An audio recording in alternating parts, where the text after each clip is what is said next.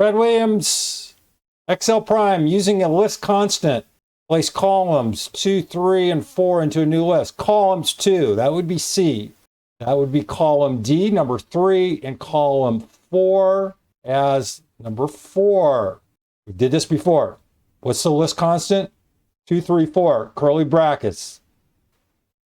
We're going to repeat stuff over and over.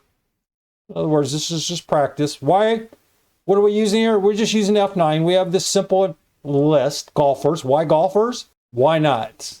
Keep in mind, we're always looking for the lowest score, but here we're just arranging stuff. Using choose columns. Again, 2, 3, and 4. Notice columns. Now we're going to count. We're not using the sheet numbers. We're using list numbers. Here we have to go. We have to use B, C, and D. Column B is 1. C is 2. F is 5. Keep that in mind. Our list information is 1, 2, 3, 4. Notice we're using columns 2, 3, and 4. And this was incorrectly typed. I had round 4 here in the third column, and that's not correct. Here we're using a list array, 2, 3, and 4. How do we identify that? By using the curly brackets.